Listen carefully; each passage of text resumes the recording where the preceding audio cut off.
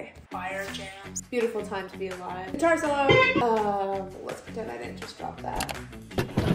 If you've never seen my face before, welcome to my channel.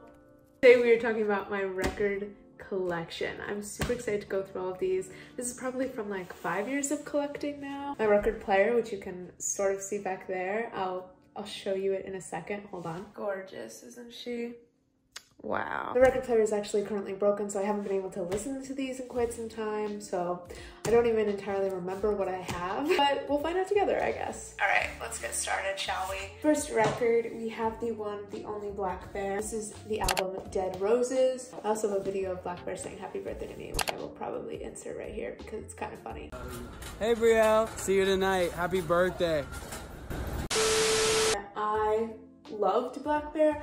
I had a very intensive Blackbear phase, I think at like the end of high school, beginning of college. I especially loved his older stuff. I actually haven't caught up on a lot of his newer music, so got a red record, very cute. My favorite songs on this are probably IDFC, Dirty Laundry, Deadroses, Ain't Love maybe. Next, we have Kendrick Lamar's Damn. There was a period of time where I was trying to get myself more into rap, and I was listening to a lot of Kendrick, and I think he's super talented.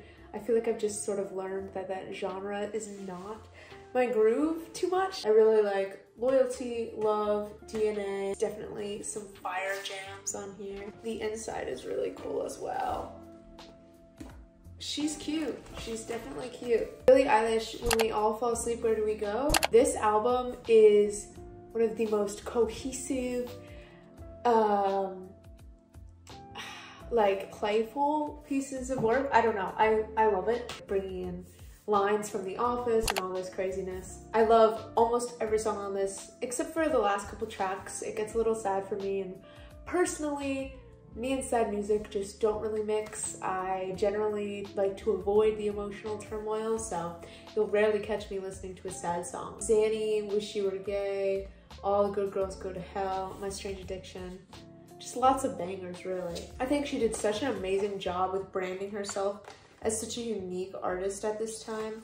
Also, a little yellow record. Next, we have a classic. This is Maroon 5's Songs About Jane. If you say that you don't like this album, you're lying. It's just, I mean, come on. First of all, look at this photo of them. They were like so tiny. Like, Adam Levine looks like a youth. Bro. Harder to Breathe, This Love, She Will Be Loved, Sunday Morning, come on, classic. Beautiful time to be alive. Next we have Halsey. This is Badlands. Now, I was a Halsey stan for like a year, and it was more in the Hopeless Fountain Kingdom era, so I was sort of listening to this retrospectively. I hadn't gotten into her yet when this came out, but still filled with lots of iconic songs. Colors, Young God, you know. I also just think her style at this time was really sick. And if I remember correctly, this record is really pretty. Yup, we got pastel pink record going on. I don't know if it's her or someone on her team, but somebody does a very great job at caring about the design of her vinyls, so shout out to Halsey. A brief inquiry into online relationships. I love the art of this too. It's very, you know, minimalistic, high art, pretentious vibes in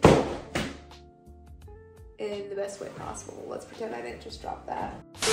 Anyway, this is what the sleeve looks like, and we got a little yellow record. Honestly, this album is iconic. I do primarily like the singles off of this album. The 1975 is probably my favorite band, and I support all of their endeavors, but I definitely like a little bit more of their like basic tracks. Some of my favorites on this: Sincerity Is Scary, I Like America, America Likes Me, Love It If We Made It, Two Time, Give Yourself a Try. This is an album that one of my friends' bands made, so gotta support the homies. And this is Cold War Kids by LA Divine. I've never listened to this, as you can tell by the fact that it's still in the plastic. I think this was recommended to me by a friend, and I bought it because I was trying to expand my music horizons. So if you guys have heard that album, let me know what you thought of it. Blackbear, one of his more recent albums. I think it's called Dead to Me, maybe? And this was sort of when I was getting out of my Blackbear phase, so. Panic at the Disco, Too Weird to Live, Too Rare to Die. I'm a Panic stan, and this is one of my favorite Panic albums. I love like the electronic style that it had, and I love that the whole album has that same feeling. I love when artists do that, when the album feels like an experience, especially if you're listening to it on vinyl, when you are usually listening to the whole album together. My favorite song on this is Girl That You Love, and in my opinion, that is the most underrated Panic song ever. I'm gonna take a little matcha break because I've been talking for quite some time. Also, while we're in this little pause, if you want to hear me talk about music some more, I have an entire playlist of me reacting to songs, and you should totally check it out. I'll have it linked down below. Okay, continuing. Hayley Kiyoko, Expectations. If you don't know who Hayley Kiyoko is, how? If you've seen the cinematic masterpiece that is Lemonade Mouth, and or you've seen Wizards of Waverly Place, then you have seen Hayley Kiyoko because she is in both of those things. Then she became a singer, and now she's known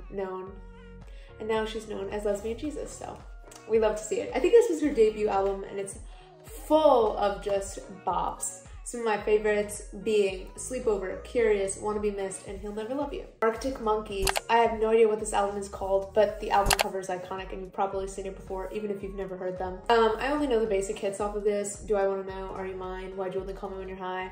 That rhymed. I love this album because it's such a vibe. I tried to listen to more of their stuff before, but I feel like I could just never get hooked, so. I have another one of this album. No idea why. Okay, now we have Brockhampton. I think this album is called Iridescence. I'm guessing it's not called Hardest Working Boy Band in Show Business. I only know like one song of this, to be honest, and it's also still in the plastic. I think I got it as a gift, so. Olivia O'Brien, Was It Even Real? First of all, can we talk about the artwork on this? She like morphed herself with a doll, which I think is sick. And then there's also like burning palm trees on the cover. And the track list just looks so cool. This was like her purple hair, her like angsty lyrics. She still has pretty angsty lyrics. I love so many of the songs on this. Purple World, I Don't Exist, Inhibition, We Lied to Each Other, Careless More, Love Myself. Literally just full of bangers. Dare I say, no skip album. That's high praise right there. We are back to the 1975, My Boys. This is I Like When You Sleep For You're So Beautiful, Yet So Unaware of It. Honestly, an iconic album. It's such a good example of having like a cohesive vision for an album, okay? Just look at the inside. All the neon signs. Like, if that's not iconic advertising, I don't know what is. Like, bro. Also, the records are clear, which is sick. Especially because I have a clear record player, so clear records look really cool on it. My favorite songs off of this are The Sound, which is probably my favorite, the 1975 song of all time. Love It If We, nope, that's not on this album. The Sound, Somebody Else, Loving Someone, Girl, no, that's also not, oh my god. I'm disappointed in myself, that's also not on this album. Love Me is so good. And I just recently learned the solo from it on guitar. I would play it for you, but I doubt that I would remember it well enough. Actually, hello, quick intermission for me to play this solo.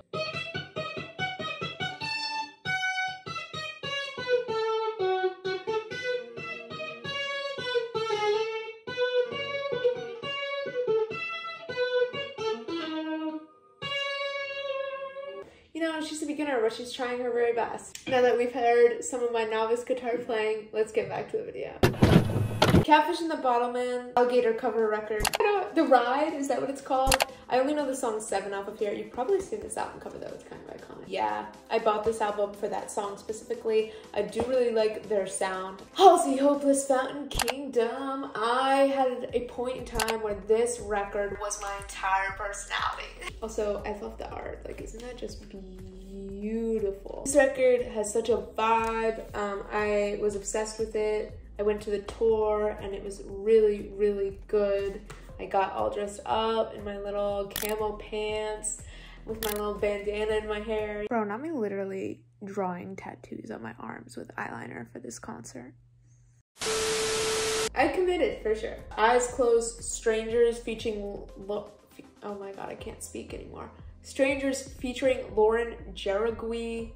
Definitely saying her name wrong. Now or Never, Bad at Love, just full of bangers. I am pretty sure this record's also pretty because as I said before, Halsey's records always are.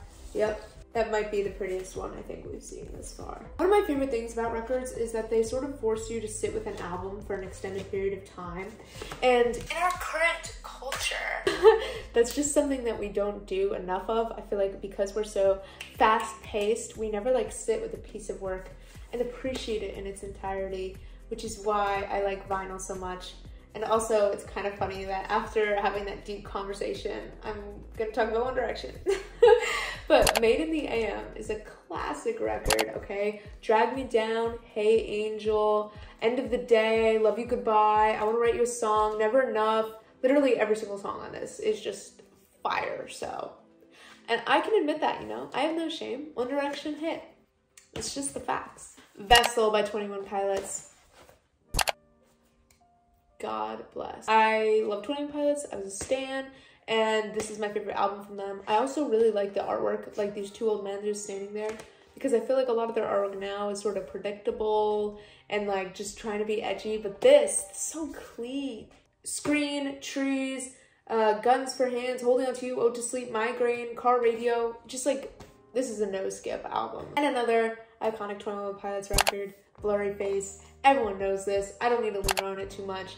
It's amazing. Lane Boy, The Judge, Fairly Local, Tearing My Heart. Ah, Tearing My Heart just makes me like illogically emotional. Okay, next we have Panic at the Disco, All My Friends Were Glorious, Death of a Bachelor Tour Live. Really cool about this record is that it doesn't just have the Death of a Bachelor songs, it has a bunch of the other songs they performed. So like throwback ones, covers. This is sick, especially because I'm a bit of a purist when it comes to concerts. I really don't like seeing everyone like recording every song, taking a ton of pictures, because it's like, first of all, you're not going to look back on these and feel the same way that you would being in the room. The point of a concert is to be there. And also, if you're looking to post it, like, nobody really cares. Like, everyone skips through, I feel like, concert stories and stuff. So, not to say I've never done it. Of course I've been there, but I've gotten a lot better. It's cool to be able to hear the live performances without having to record them.